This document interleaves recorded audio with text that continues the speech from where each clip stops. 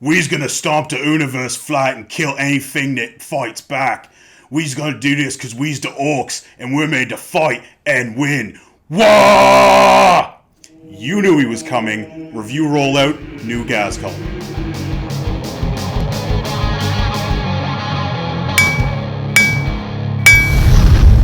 Anvil of War! Review Rollout! Hey guys, welcome back to Anvil of War. And before we kick off, I just want to thank every one of our subscribers. And if you haven't subscribed yet and you like this video, feel free to subscribe down below. It really helps us out. Thanks, guys. So we'll jump right into I keep saying my favorite model in every video that we do because I love the orcs so much. You guys are probably getting tired of me saying my favorite model, but this is my favorite model. It's Ghazghkull Thraka, the one, the only, the prophet of Gork and Mork himself. So Ghazghkull came to be way back when. I don't even know when the original model came out. I don't even have the original model. I would love to get my hands on him one day. Tiny little orc about this big. He doesn't even have a claw. He's holding a sword. It came with the original Makari as well. And then flash forward to the Armageddon campaign that came out in 2000. And then this new model here was released. So this guy. And he was big for the time. He was still twice the size of a Space Marine back then. And so he felt like Ghazghkull did when you read about Armageddon reading through that supplement. And he held on for 20 years. Yeah, he could walk into any bar, here in Canada at least, and order a drink. That's a lot to say for a model, right? And then, recently, in 2020, this year, we got the new Ghazghkull. And, oh boy, the new Ghazghkull. So, between the two of them, they actually kept a lot of things the same between the last incarnation and this incarnation. They just obviously upped the scale. But even if you look at the horns on the trophy rack for Ghazghkull, the trinkets are the exact same. On his gut plate, he still has the same little red skull with the 3 teeth hanging on a string. So they kept a lot of that to the throwback of the model. They upped the scale. They upped his bulk, right? They changed the armor shape a little bit just to reflect on his stature, I would imagine. And really, kudos to Games Workshop for this sculpt. Their recent stuff has been amazing, and I can't get over. I'm giddy still months later after having Ghazghkull in my hands. So other things they changed were the Shuda and the Claw. Obviously, he went from his big Shuda, or his twin big Shuda. Now he has Mork's Roar. And then his custom claw is now the Claw of Gork. And I know those were huge things for the community when they first saw those giant weapons. And they're like, okay, that's something that Ghazghkull's going to have because no other orc can have it. It has to go to him. And then another thing about the new model, and I've heard some people talk about it as like a complaint. The head size. Actually, if you stand the two models side by side, the new Ghazghkull has a smaller head than the old Ghazghkull, and with his size being, he's twice the size, it turned a lot of people off. So I've seen conversions where they replace his head with the old head, or they use other bits from third-party sites. Myself, I love it. I love how small that head is, because if you take away the old Ghazghkull, if you take away all the other orcs, and you look at the new sculpt in a vacuum, it actually really accentuates how bulky and how beefy he is. It draws less attention, or it draws more attention to the fact that he's huge. The first place you look at a model is the face, and if the face is so small and that giant bulk of a Warboss, you're like, oh, he's a big chunky boy. So I like it personally.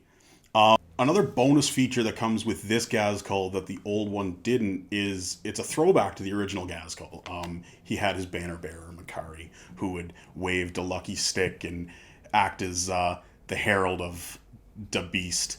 So they retconned him out of existence. I mean, well, they didn't retcon him out of existence. Ghazghkull sat on him, and Makari died. And cue sad music. We lost our favorite little Grot. Ghazghkull doesn't care who these Grots are. No one does. They're Grots. They're garbage. So he kind of just picks his favorite one, and then he calls him Makari, and he gives him a stick to hold.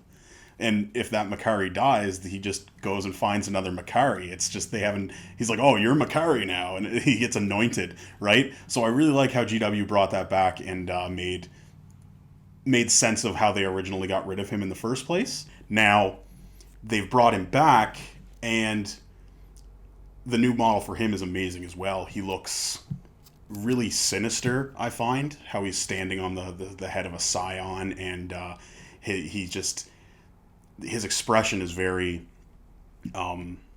evil, which is or cunning, as I would expect a Grot to be, and he knows he is the best of the Grots to be honored to carry Ghazghkull's war banner. So as far as painting the model goes, I really wanted to give this model the attention that it deserves, right? I know with a lot of my orcs, I kind of paint them quickly to a decent tabletop standard because I have a lot of orcs. You'll see them all hopefully soon. But Gaz, he really needed to stand out. So I was shooting around ideas in my head when I originally picked up the model. I was thinking about painting him like in a quartered scheme, doing like quartered yellow and black, so he tied in with my Goths and my Bad Moons, or just something to make him my own, right? And then I was cruising Instagram and I found this stellar paint job where he did like an underglow effect as if Ghazghkull was striding through the fog or the flames of war. And it was like all monochromatic and that, so I wanted to emulate that as best I could. Now, mine's nowhere near as nice as his was, but I'm really pleased with it. I spent the better part of a week painting this model, and it was actually for a local competition that we were doing here in Ottawa, and he actually won Best Ghazghkull. So I have the nicest Ghazghkull in Ottawa, and I'm pretty proud of that. So love the model, love the sculpt. They didn't just change that though. When they reintroduced Ghazghkull, they actually bumped up a bunch of his stats and a bunch of his special rules. And we'll get into those right now. Ghazghkull actually, he got buffs all across the board for his stats. He is now a monster. I mean, he always was a monster, but now he actually has the monster keyword. And as a result, he has a degrading stat line. Well, part of it degrades. Part of it gets better. As he takes more wounds, his attacks go up because he gets more mad. And that's pretty cool. Other things that changed with him, they changed his Prophet of Gork and Mork rule. So he kept his 4-up invulnerable save, which is nice. That's very rare to find in the Orc book. But he also now has... He's pioneered a rule, and it's one of the best rules, I think, that I've found in 40k, and it fits him perfectly. He can only take up to 4 wounds per phase.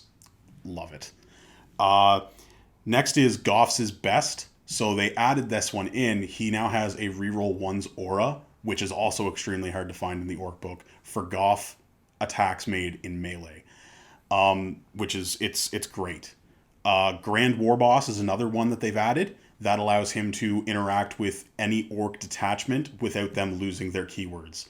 He doesn't gain his clan buff for being part of their detachment, but being the Grand Warboss, he can actually command orcs from any detachment because they all respect how powerful and massive he is, because bigger is better.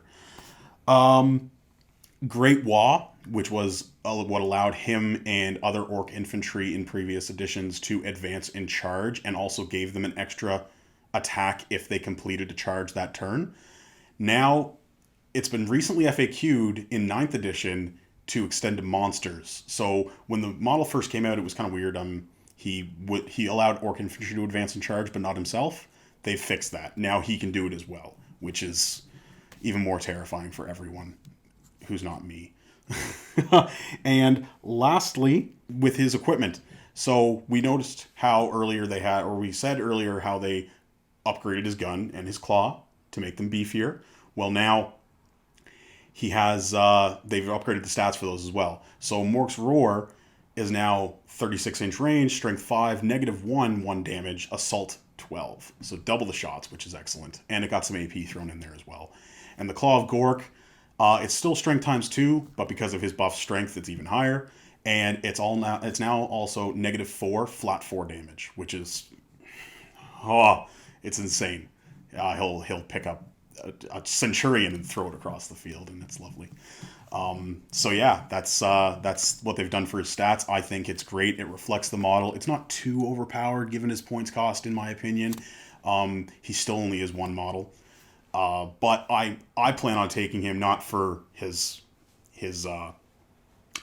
data sheet, just for his stature. The paint job I put into him, the model that he is, what GW has made him, that's why I'm going to take him.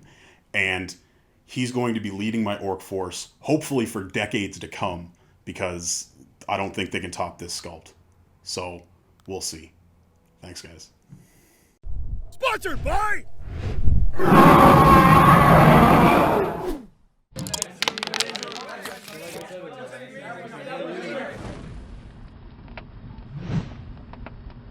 Hey guys, thanks for watching Anvil of War. If you liked the video, please like, share, subscribe down below. We love your support. Thanks. Wah! Psychically tell him what we said. Ken, are you reading his mind? Don't, it's dirty.